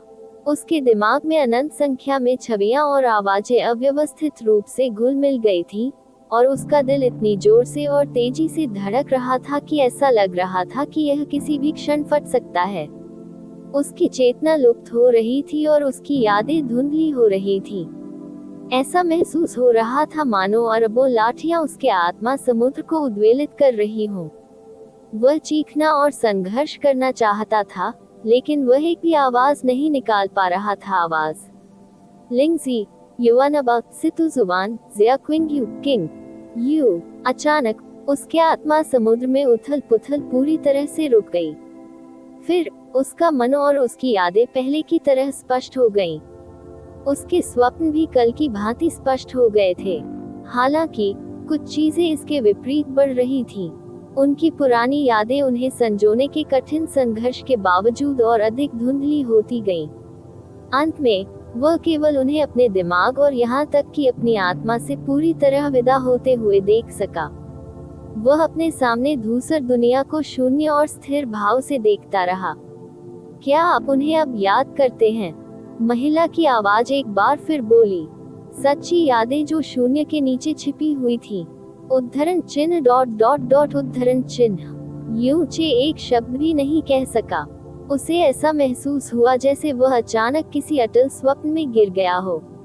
आपके पालक पिता जियो यंग ने जिस बच्चे को बचाने की पूरी कोशिश की, वह ज़िया हो नहीं, ज़िया क्विंग्यू की बेटी नहीं थी, बल्कि फ्लोटिंग क्लाउड सिटी के गवर्नर सितु जुवान की बेटी थी। ठीक उसी तरह वह व्यक्ति जो जियो यंग के प्रति इतना आभारी था कि उसने सार्वजनिक रूप से घोषणा की कि उसकी बेटी जियो यंग के बेटे से शादी करेगी, वह ज़िया होना ही नहीं बल्कि सितु नान है। स्वाभाविक रूप से आपकी मंगेतर भी सितु जुवान थी, ज़िया क्विंग्यू नहीं। आपकी यादों में ज़िया युवानबा उसका असली स्वरूप था, जब तक कि जब आप 16 वर्ष के थे, तब एक असाधारण परिवर्तन ने उसमें प्रवेश नहीं किया। नंद यूचे समय समय पर धीमी कराह निकालती थी। वह दर्द से नहीं बल्कि एक प्रकार के भ्रम, अलगाव, गलत संरेखन और विकृति से पीड़ित था, जिसका उसके शब्दकोश में कोई भी शब्द ठीक से वर्णन नहीं कर सकता था। वह बस इतना ही कह सका कि यह बिल्कुल अप्रिय लगा। 16 साल की उम्र से पहले ज़िया युवानबा के बारे में उनकी सभी यादें बदल दी गई थीं। उसकी यादों में ज़िया युवानबा अब उसके सपनों में ज़िया युवानबा से पूरी तरह मेल खाता था। एक शक्तिशाली शरीर, असाधारण प्रतिभा और आंखों की एक जोड़ी जो किसी की आत्मा के माध्यम से देखने में सक्षम लगती थी। ठीक उसी तरह 16 साल की उम्र से पहले ज़िया क्विंग्यू के बारे में उसकी सारी यादें उसके दिमाग से पूरी तरह से कट गई थीं। वे पहले से ही अस्वाभाविक रूप से उथले थे, लेकिन अब उसने उन्हें ऐसे याद किया जैसे वह एक अविस्मरणीय सपना देख रहा हो, अवास्तविक और किसी भी क्षण गायब होने की संभावना। इसके अलावा सितु जुवान की यादों ने उनकी जगह ले ली थी। अपने जीवन के पहले 16 वर्षों के दौरान वह सितु जुवान से जितनी बार मिले, उसे उंगलियों पर गिना जा सकता है। लेकिन हर एक मुलाकात कल की तरह ही स्पष्ट और हृदय विदारक थी। उसे उसके द्वारा कहे गए हर उपहासपूर्ण शब्द, उसके द्वारा उस पर डाली गई हर तिरस्कारपूर्ण दृष्टि, उसके चेहरे पर दिखाई गई हर चंचल द्वेष भावना भी याद थी। हर उस स्मृति में जहां जियो ली ने जियो यंग द्वारा एक मादा शिशु को बचाने की कहानी के बारे में उसे बताया था, वह शिशु हमेशा गवर्नर की बेटी थी। उनकी यादों में ज़िया युवानबा के पास न केवल एक शक्तिशाली निर्माण था, बल्कि उसके साथ मेल खाने वाला एक दबंग व्यवहार भी था। उसे किसी चीज का डर नहीं था और किसी का भी डर नहीं था। और उनकी यादों में ज़िया युवानबा ज़िया हुनई की एकमात्र संतान थी। किंग्यू कहाँ है, किंग्यू कहाँ है? उसने उन्मत्तता से उस पूरी गड़बड़ी को खोजा जिसे वह अपनी यादें कहता था, लेकिन 16 साल की उम्र से पहले उसने उससे संबंधित हर चीज की कितनी भी कोशिश की हो, वह सिर्फ एक क्षणिक भूला हुआ सपना था। क्या आप अभी तक नहीं समझे? यूचे की उपस्थिति ने पैट्रिक विल की आवाज में एक हल्की सियाह भर दी। तुम्हारे 16 साल के होने से पहले, सही कहे तो तुम्हारी शादी के दिन से पहले, ज़िया क्विंग्यू कभी अस्तित्व में नहीं थी। देवताओं के विरुद्ध अध्याय 1930 भाग्य की कलाकृतियां, आपका क्या मतलब है कि वह कभी अस्तित्व में नहीं थी? यूचे को किसी तरह शब्दों को अपने गले से बाहर निकालने की ताकत मिल गई। पैट्रिक, वसीयत में बताया गया, जिस दिन आपकी शादी से तो जुबान से होनी थी, उस दिन किसी ने आपके लिए बनाए गए सुबह के दलिया में जहर मिला दिया था। हालांकि यह सिर्फ एक मामूली नश्वर जहर था, यह आपके जैसे टूटी हुई गहरी नसों और कमजोर शरीर वाले किसी व्यक्ति के लिए बिल्कुल घातक था। शादी समारोह शुरू होने से पहले ही आप मर चुके थे। यह उसके लिए एक अपूरणीय आघात था, विशेषकर तब से जब उसे विश्वास था कि वह वही थी जिसने आपकी मृत्यु का कारण बना था। दुख, आत्मदोष, पीड़ा, निराशा, उसकी आत्मा इतने दुख से दब गई कि वह उसके बोझ से टूटने लगी। परिणाम स्वरूप पैट्रिक, वसीयत, हाँ, यह मैं ही हूँ जो अभी आपसे बात कर रहा हूँ, जागृत हो गई, या अधिक सटीक रूप से मेरी निद्रा अवस्था से बाहर निकल गई। यूचे, पैट्रिक, वसीयत की आवाज फिर से दूर हो गई और उसकी आत्मा के समुद्र में एक बहुत ही परिचित दृश्य दिखाई दिया। लाल पर्दे, जलती लाल मोमबत्तियां, एक परिचित लेआउट। ये जियो कबीले में उसका कमरा था। तब ये वह दिन था जब उसकी और ज़िया क्विंग्यू सीतू जुबान की शादी हुई थी, और यह उसके भाग्य का सबसे बड़ा मोड़ था। मोड़, उनकी शादी के दिन जहर देकर मार दिए जाने के बाद उनका एज्योर क्लाउड कॉन्टिनेंट में पुनर्जन्म हुआ था। जब वह एज्योर क्लाउड महाद्वीप पर क्लाउड एनक्लेव से नीचे कूदा, तो वह अपने मृत शरीर में दोनों जन्मों की यादों के साथ फिर से जीवित हो गया। यह उनके जीवन का सबसे बड़ा रहस्य था। इसका उत्तर उसे कभी नहीं मिला। ब्रह्मांड के शिखर पर खड़े होने के बाद भी उसे अभी भी पता नहीं था कि उसके साथ वास्तव में क्या हुआ था। जब वह एज्योर क्लाउड महाद्वीप में लौटे, तो उन्हें ये जानकर आश्चर्य हुआ कि यह कई साल पहले का एज्योर क्लाउड महाद्वीप था। भूलने की बीमारी से पीड़ित सू लिंगर भी वापस एक लड़की में बदल गई थी। इससे भी अधिक भ्रमित करने वाली बात यह थी कि युवा सू लिंगर ने बाद में उसके साथ अपनी यादें वापस पा ली थीं। इससे साबित हुआ कि एज्योर क्लाउड महाद्वीप में उनका जीवन कोई सपना नहीं था। क्या इन सभी अबूझ रहस्यों के पीछे की असली वजह होना? सीन में वह शादी के कपड़ों में अपने बिस्तर पर बेजान लेटे हुए थे। उसकी आंखें खुली थीं, लेकिन कांच जैसी और बिल्कुल रंगहीन। उसके बगल में जियोली अपने हाथों को अपने दिल पर दबा रहा था और उसके शरीर के अंदर जहर को बाहर निकालने के लिए अपनी शक्ति में सब कुछ कर रहा था।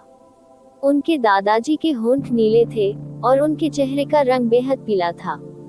वह शांत रहने की पूरी कोशिश कर रहा था, लेकिन उसकी आंखों में जमा दर्द किसी को भी अपनी आंखों से देखने के लिए काफी था।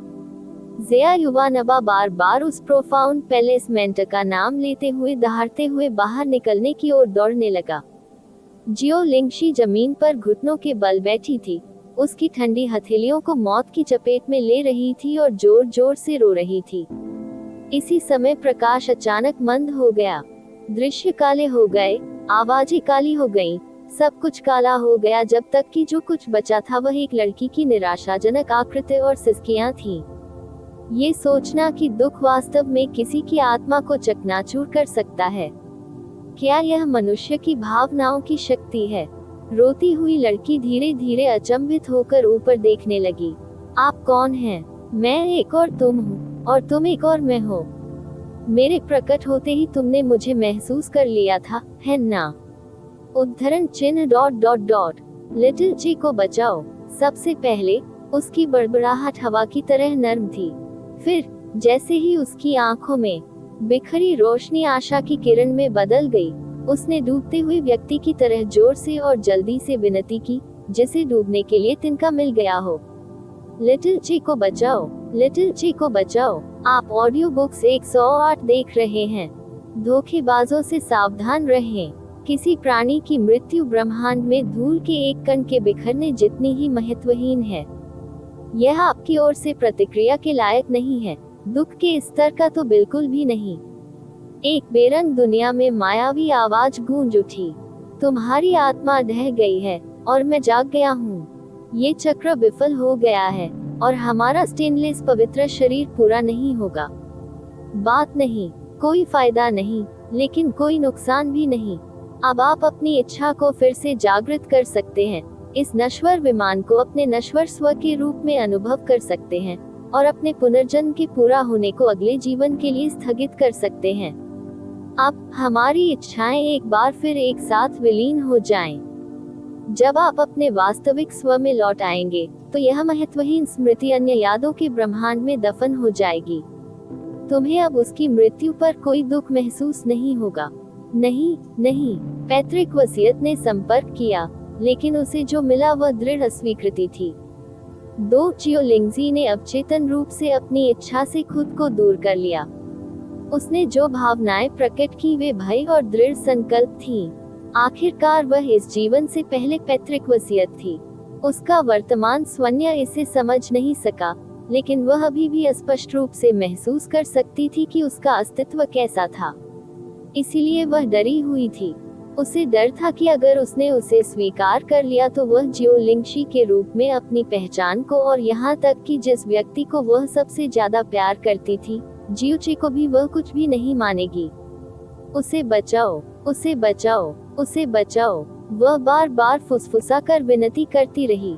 उसने यूची को बचाने के लिए खुद से विनती की। बेरंग संसार में एक लंबी आह गूंज उठी।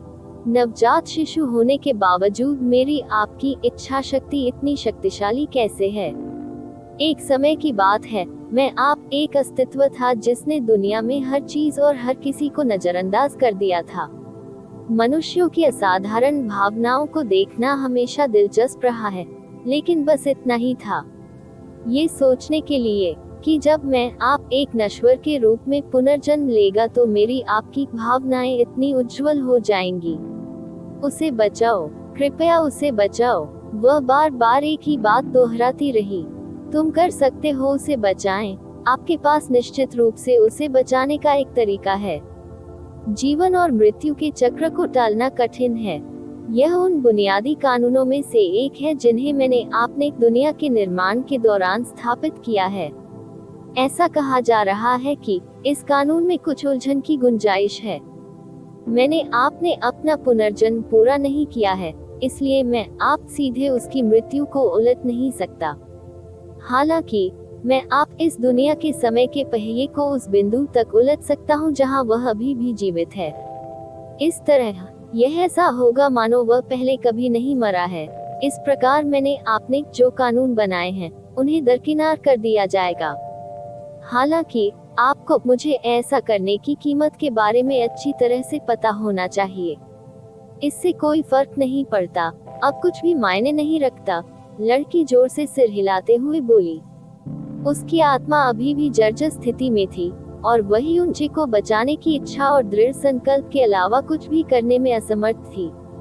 मैं बस यही चाहता हूँ कि वह जीवन में वापस आ जाए।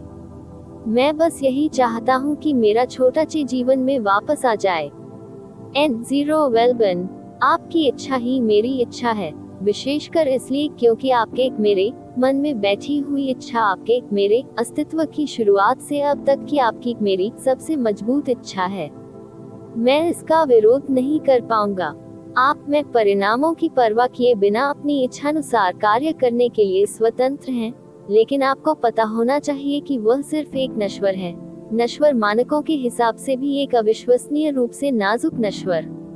जब तक वह ऐसे शरीर में फंसा रहेगा जो खेती करने में असमर्थ है, तब तक वह किसी भी खतरे का सामना करने में लगभग असमर्थ है। जब तक उसे पर्याप्त शक्ति द्वारा संरक्षित नहीं किया जाता, कोई भी उसे आज की तरह ही मौत के घाट उतार सकता है। जियो लिंगजी, आज आप उसे बचाने में सक्षम हो सकते हैं, लेकिन क्या आप सचमुच उसे बार बार बचाने जा रहे हैं? हर बार जब आप उसे बचाने के लिए इस पद्धति का उपयोग करते हैं, तो आपका पहले से ही अधूरा पवित्र शरीर नथिंगनेस अधिक से अधिक क्षतिग्रस्त हो जाएगा। यह उल्लेख करने की आवश्यकता नहीं है कि प्रत्येक पुनरावृत्ति के साथ क्षति की मात्रा केवल बढ़ेगी। इसके अलावा उसके शरीर की स्थिति को देखते हुए वह अपना 100वां जन्मदिन देखने के लिए जीवित नहीं रहेगा। अब आप क्या करेंगे? लड़की की आंखें एक बार फिर खुली हो गईं। हालांकि लगभग तुरंत ही उसकी आंखों की पुतलियां में एक अजीब दिव्य प्रकाश एकत्रित हो गया। उस स्थिति में उसे अपने मेरे शून्यता के पवित्र शरीर का एक हिस्सा दे दो। उसे शक्ति दो, किसी भी चीज से खुद को बचाने की। आवाज जारी रहने से पहले एक और लंबी आह पूरी बेरंग दुनिया में गूंज उठी। पवित्र शरीर का जन्म प्रारंभिक अराजकता की शून्यता से हुआ है। ये पैतृक शरीर भी है जो केवल मेरा आपका है, एकमात्र नश्वर व्यक्ति को इसका एक टुकड़ा भी देने के लिए। ये कितनी हास्यास्पद धारणा है। हालांकि आप में केवल वही मान सकते हैं जो आप में चाहते हैं।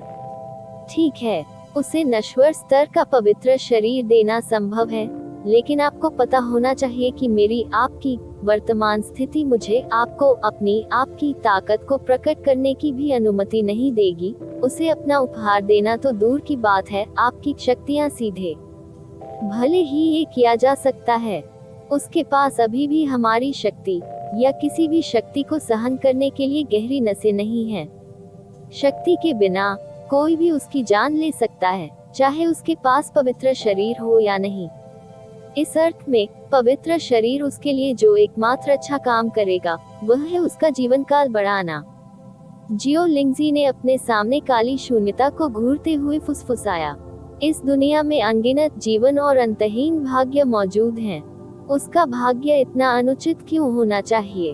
वह एक अपन पैदा हुआ था, उसकी विकलांगता के कारण उसका तिरस्कार किया गया और उसके साथ उदासीनता का व्यवहार किया गया, और अब जब वह एक युवा व्यक्ति था तब उसे मार दिया गया। मेरे नन्हे ची को ऐसा दुर्भाग्य क्यों भुगतना पड़ेगा? एक लंबी चुप्पी के बाद आवाज ने पूछा, आप मैं उसकी किस्मत फिर से लिखना चाहते हैं? उसके पास एक पवित्र शरीर होगा और उसका भाग्य फिर से लिखा जाएगा।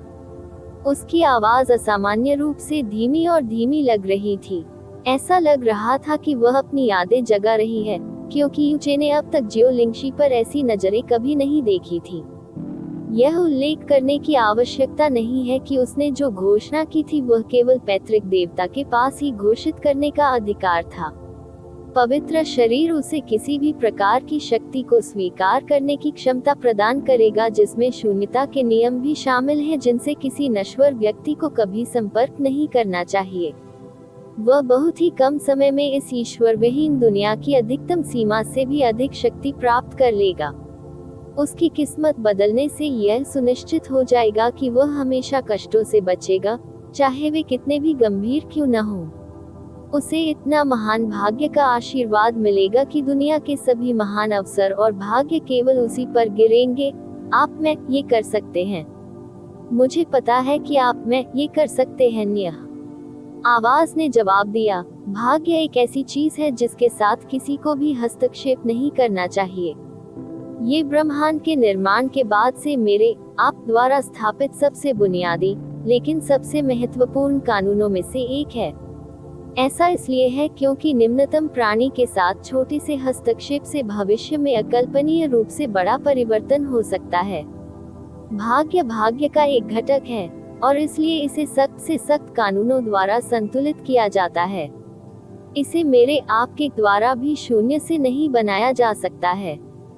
यदि आपको मुझे उसके भाग्य को बदलना है, तो एकमात्र चीज जो मैं अपनी आपकी वर्तमान ताकत पर प्रयास कर सकता हूँ, वह है भाग्य की श्रृंखला, भाग्य की जंजीर। जियो लिंगजी ने फुसफुसाते हुए कहा, क्योंकि उसने अपने धुंधले ज्ञान के साथ इसकी अवधारणा को पहचानने का प्रयास किया था।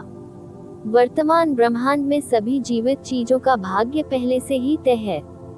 इसलिए भाग्य की श्रृंखला को केवल एक नए जीवन पर ही लागू किया जा सकता है, जिसका अर्थ है कि उसके भाग्य को बदलने से पहले जीवन का निर्माण किया जाना चाहिए। आप इस रचना को संबोधित कर सकते हैं, यह माध्यम जो उसके भाग्य को बदलने के लिए भाग्य की कलाकृति के रूप में बनाया जाएगा। हालांकि यह नया जीवन अभी भी अपना स्वयं का जीवन है। भाग्य के संतुलन के अटूट नियमों के कारण इसका भाग्य असंभव रूप से अनुचित और क्रूर होगा। क्या आप मैं ये जानने के बावजूद इस रास्ते पर चलते रहेंगे?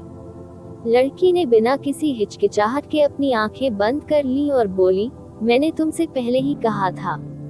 मैं केवल यही चाहता हूँ कि वह जीवन में वापस आए। मैं बस यही चाहता हूँ कि वह शांतिपूर्ण जीवन जिए और उसे फिर कभी ऐसा दयनीय भाग्य न झेलना पड़े। और कुछ मायने नहीं रखता, कुछ भी नहीं। अच्छे से कीमत बहुत बड़ी है, लेकिन ये किया जाएगा। शून्यता के पवित्र शरीर को बनाने के लिए पुनर्जन्म का एक चक्र आवश्यक है। संसार के दर्पण ने अभी तक अपनी ताकत हासिल नहीं की है, इसलिए मुझे आपको इसे काम करने के लिए बलपूर्वक जगाना होगा। वह इसी ग्रह पर पुनर्जन्म लेगा। एज्योर क्लाउड नाम का वह महाद्वीप एक अच्छा गंतव्य प्रतीत होता है। जबकि वह एज्योर क्लाउड महाद्वीप पर पुनर्जन्म लेता है और पवित्र शरीर को पूरी तरह से स्वीकार करने के लिए आवश्यक जीवन से गुजरता है, मैं एज्योर क्लाउड महाद्वीप के अलावा पूरी दुनिया 3 के समय के पहिए को रोक दूंगा। इस दौरान मैं भाग्य की कलाकृति भी बनाऊंगा, इसके अस्तित्व को तर्कसंगत बनाऊंगा और इसमें शामिल सभी कर्मों को बदल दूंगा। शुक्र है, फ्लोटिंग क्लाउड सिटी एक छोटा सा शहर है जिसकी आबादी कम है और बाहरी दुनिया से इसका जुड़ाव बहुत कम है। मेरी आपकी अपूर्ण और कमजोर शक्तियों को ध्यान में रखते हुए भी इसके संज्ञान के कर्म को ठीक करना अपेक्षाकृत सरल होना चाहिए। ये 5 साल के भीतर किया जाना चाहिए। जब उसका जीवन चक्र पूरा हो जाएगा और वह जियोचे के शरीर में लौट आएगा, तो मैं एज्योर क्लाउड महाद्वीप के समय को वापस वही कर दूंगा जो वह पहले था, और समय के पहियों को एक बार फिर से चालू कर दूंगा। लड़की के गालों से आंसू बहते रहे, लेकिन उसकी आंखों के पीछे आंसू उतने बुरे नहीं थे जितने पहले थे। उसने बड़बड़ाते हुए कहा, इस तरह मेरा छोटा चे वापस आ जाएगा और वह अब उतना विनम्र या नाजुक नहीं रहेगा। तो भाग्य की कलाकृति क्या होगी जिसे आप उसके भाग्य से जोड़ना चाहेंगे? जियो लिंगशी ने धीरे और चकित होकर उत्तर दिया, मैं उसकी छोटी चाची हूँ, इसलिए मैं कभी उसकी पत्नी नहीं बन सकती। हालांकि सितु जुबान उसकी पत्नी बनने के लायक नहीं है, इसलिए मैं चाहता हूँ कि यह व्यक्ति सितु जुबान की जगह ले और उसकी पत्नी बने। उसमें काफी प्रतिभा और इच्छा शक्ति की आवश्यकता होगी, बाहर से शांत लेकिन अंदर से नर्म दिल। मैं चाहता हूँ कि वह पूरी ताकत हासिल करने से पहले उसकी रक्षा करने में सक्षम हो और उसके प्रति किसी भी और सभी खतरे को खत्म करने या रोकने में सक्षम हो। आवाज के बोलने से पहले एक और लंबी चुप्पी थी। इस छोटे से तैरते बादल शहर में आदिम ब्रह्मांड की ऊर्जा का एक असाधारण परिष्कृत ज्ञान मौजूद है। ये वर्तमान ब्रह्मांड में सबसे शुद्ध मौलिक ऊर्जा भी हो सकती है। ये वर्तमान में ज़िया युवानबा नाम के उस युवा में आराम कर रहा है। क्या मौलिक ऊर्जा को उसके शरीर के साथ पूरी तरह से विलय करने की अनुमति दी जानी चाहिए? उसे एक महान क्रोध का दिव्य शरीर प्राप्त होगा, एक ऐसा शरीर जो इस ईश्वर विहीन दुनिया में पहले कभी नहीं देखा गया है। ऊर्जा का 10वां हिस्सा पहले ही उसके शरीर में विलीन हो चुका है। बाकी सब उससे छीन लिया जाएगा और उसे भाग्य की कलाकृति दे दी जाएगी। ज़िया युवानबा की प्रतिभा उनकी मां से उत्पन्न हुई थी, जिस महिला का नाम ज़िया हुनई ने डोंगसू रखा था। लेकिन वह वास्तव में युवगो नाम की एक ईश्वरीय महिला थी। उसका दिव्य स्टेनलेस शरीर वर्तमान ब्रह्मांड में एक चमत्कार है, और उसका भविष्य बहुत अच्छा होता यदि भाग्य ने ऐसा मोड़ नहीं लिया होता जिसके कारण उसे इस छोटे से शहर में आना पड़ा और उसे नश्वर ज़िया की पत्नी बना दिया गया हो। नहीं, मेरी आपकी वर्तमान ताकत शून्य से जीवन बनाने के लिए अपर्याप्त है। ज़िया युवानबा की मौलिक ऊर्जा को पूरी तरह से समाहित करने के लिए, भाग्य की कलाकृतियों के लिए, उसके खून को ज़िया युवानबा की मां युवगो के बाद लेना होगा। जहां तक पिता की बात है, कुछ देर रुकने के बाद आवाज जारी रही, ज़िया हुनई अंततः नश्वर है। उसकी रक्तरेखा बहुत कमजोर और धुंधली है। यदि भाग्य की कलाकृतियां उसके रक्त से पैदा होती हैं, तो ये केवल उस आदिम ब्रह्मांड की ऊर्जा को कम कर देगी जिसे उसने समाहित कर लिया है। अगर यह उसके दुखद भाग्य के लिए नहीं होता, तो युवगो अपने मूल प्रेमी चंद्रमा देवता सम्राट युवया से कभी अलग नहीं होती। उसके पास वर्तमान ब्रह्मांड की सबसे प्रतिष्ठित रक्तवंशियों में से एक मून गॉड रक्तवंश है। भाग्य की कलाकृतियां बनाने के लिए उसका खून एक उत्कृष्ट विकल्प होगा। एक तरह से भाग्य की कलाकृतियों का निर्माण उनकी आजीवन इच्छा को पूरा करेगा, भले ही विधि सबसे संदिग्ध हो। भाग्य की कलाकृति का जन्म फ्लोटिंग क्लाउड सिटी में होगा। उनकी जानकारी के अनुसार वह ज़िया हुनई और युवगो की बेटी हैं। हालांकि जब वह उस रक्त के करीब होगी जिससे वह बनी है, तो उसे रक्तरेखा की प्रतिध्वनि सामान्य से कहीं अधिक मजबूत महसूस होगी। अगर एक दिन उसका सामना युवया से होता है, तो परिणामी रक्त संबंधी प्रतिध्वनि सच्चाई को उजागर कर सकती है। उम्मीद है इन दोनों दुनियाओं के बीच की दूरी इतनी है कि यह इतनी जल्दी नहीं होगा।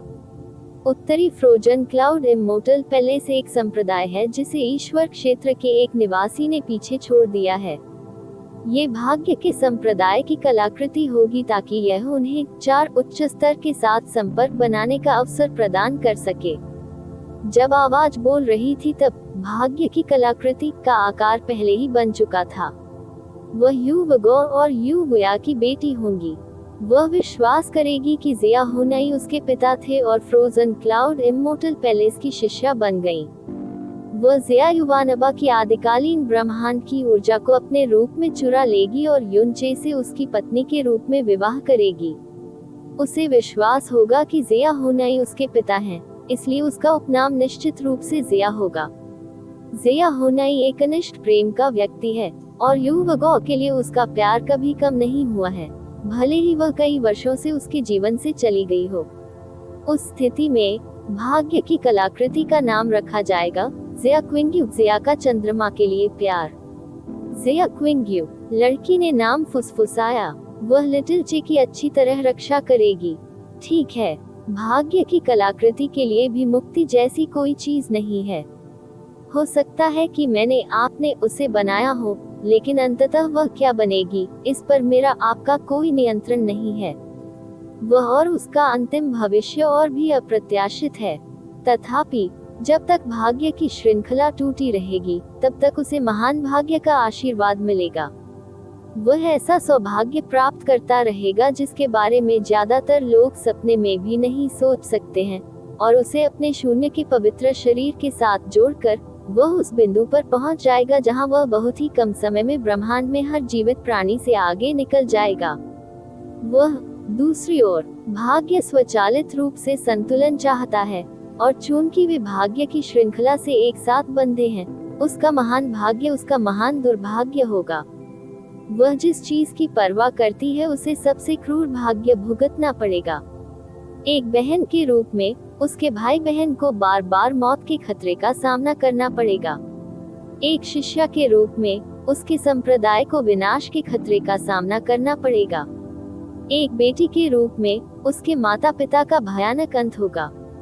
एक माता पिता के रूप में उसके बच्चे जल्दी मौत मरेंगे, और एक शासक के रूप में वह जिस भूमि पर शासन करती है वह धूल में विलीन हो जाएगी। उसका दुर्भाग्य जियोचे का भाग्य है। भाग्य की श्रृंखला ऐसी ही है। ये सब नहीं है, वह शून्यता की रचना है। इसलिए ये केवल समय की बात है कि वह घूंघट के माध्यम से देखती है और अपने अस्तित्व की सच्चाई का एहसास करती है।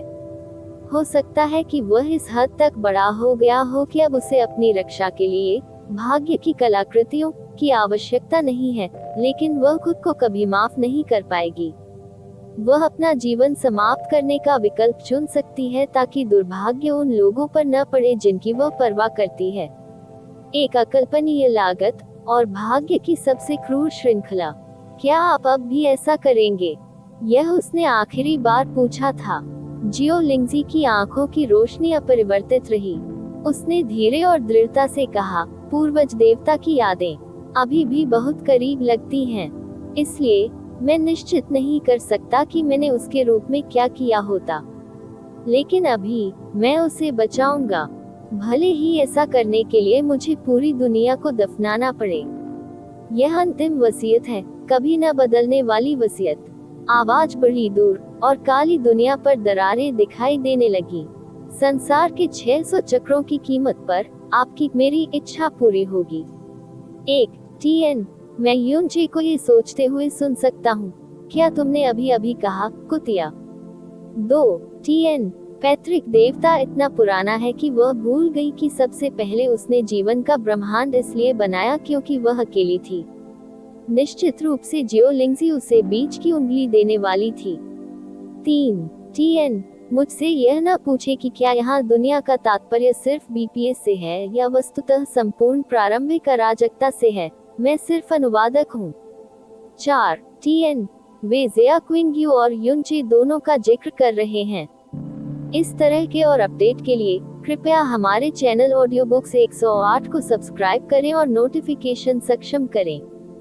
धन्यवाद।